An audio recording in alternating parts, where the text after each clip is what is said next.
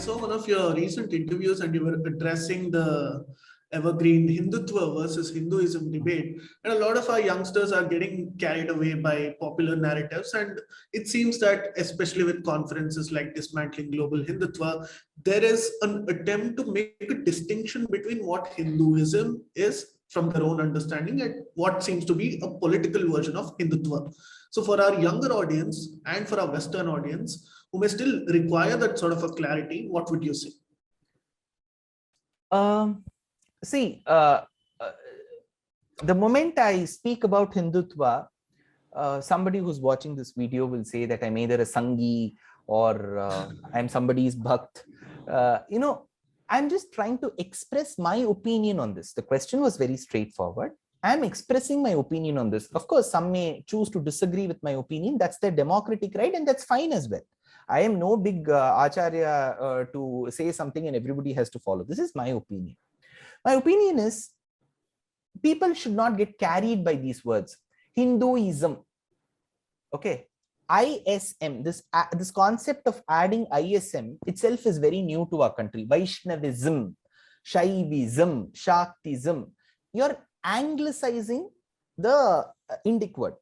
So Vaishnavam becomes Vaishnavism for the understanding of the people outside our country. So for a European to understand, for an American to understand, probably, they may understand only when this ISM is added. So we say Buddhism, Jainism, Vaishnavism, Shaivism, Shaktism, Hinduism. But this ism word is not a part of our culture. So generally, it was a geographical area. So for people who came from the West, be it from Europe or Africa or Middle East, any region that was found on the other side of Sindhu is generally the river which is called Indus today. And Sindhu also denotes the large ocean that we have. Sindhu means both the river and the ocean.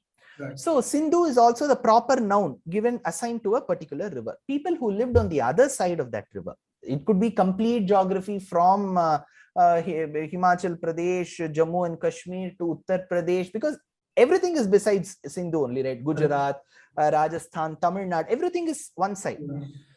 So to refer to the people of the, before giving that example, I can tell you, we find street vendors, if you can remember your childhood days, people used to carry a big basket full of brinjal, and they used to go on the street selling. If we want to buy brinjal, I won't know the name of the person. So what would I call that person? How would you call? If you have to call him. Yeah. How would you call him? He's selling brinjal. Ask for a brinjal, right? Like, that's what it is. So I would call him brinjal. Yeah. So see, he's carrying brinjal. Yeah. But his name becomes brinjal because we wouldn't know what is his name. So if a person is selling balloon, come here. This is how we call. So his name is not balloon. He doesn't get sad or he doesn't feel insulted because he knows people won't know my name. They call me by the object which I'm selling. Correct. So people who lived on the other side of Sindhu, they were called Hindu. Why Sa became her? It's a very simple. See, in a way of understanding. Let's take Halu. In Kannada, we call milk as Halu. Yeah. When it goes to Andhra, it becomes Palu. Right. Here we call it Halli, it will become Palli there. So this replacing of words, for example, Chakravarti in the south of India becomes Chakraborti in Bengal. So Va becomes Ba.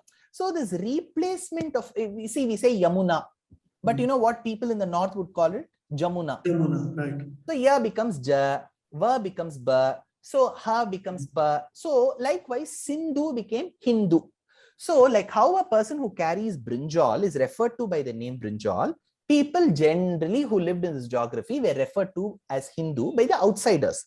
Right. Generally, when more and more religions started coming up, like say Islam and Christianity and Judaism and Zoroastrianism, so we had to call ourselves by some name. Of course, we had too many branches. We had Vaishnavam, we had Shaivam, Shaktam, Shauram, and so many. But over a period of time, we needed one word to address this. That's okay. So that's when they started calling us Hindu. Certain sections of the Hindus, over a period of time, they started getting converted to Islam or Islam or Christianity, or some managed to remain atheists. In whichever way, geographically, if you take this word Hindu, then everybody who lives on the other side of Sindhu becomes Hindu. But over a period of time, we have also assumed that this is a religion. So forcibly saying that, okay, a Christian is also a Hindu may not be right. That person may not agree. But my point is, this religion has a certain quality. It has its own USP. So every religion has its own USP. This religion also has its own USP. The USP is, whichever religion you belong to, we are all ultimately in this one earth as one family. This is probably, you know, we may say this is being too liberal, this is being too magnanimous, but that's how the religion is. So this is how the religion is. So there is a quality associated with this particular religion. That quality in Sanskritam is referred to by tva. So mriga mrigatva, go gotva. So if there is a cow, there is a certain quality associated with the cow. See, the moment the cow starts pouncing on an elephant and starts eating it, you'll say, oh, this is not a cow. Because in your mind, a cow is that which has to be sober, humble, quiet, and feeding on grass. It is never a carnivore. Right. So the moment you see a cow pouncing on an elephant and eating it, you'll say, this is not a cow. This doesn't have the cowness in it. So that ness, that cowness, that quality in that is tva. So Hindutva is a simple word which means the quality of being a Hindu. Well, one may extrapolate it to saying that a certain party has this as an ideology. That's that party's problem. But Hindutva, suppose if I say I have Hindutva, that means I have the Hindu-ness in me. Right. So just because a party follows a certain ideology, branding Hindutva itself as something which is to be dreaded is actually not even understanding the basics of that particular language. So in my opinion, Hindutva is the quality of being a Hindu. You can be against a party. You can be against the members of a certain party. That's one's democratic right. But just because you don't like the party, you end up even hating the word Hindutva, proves that one has to do a lot of basic reading in the language itself. Please remember to subscribe to us and switch on the notifications for this channel. For our other social media links, more content, and to support our work, please visit citti.net. Dhanyavad. Namaskar.